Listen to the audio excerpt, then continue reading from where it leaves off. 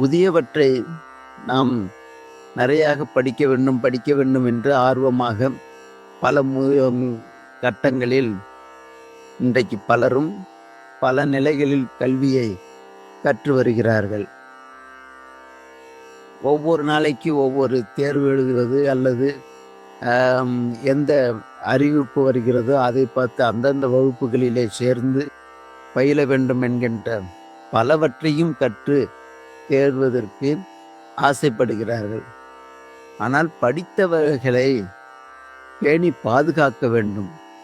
அப்படி பேணி பாதுகாக்க வேண்டியதுதான் சிறப்புடையதாக இருக்கும்.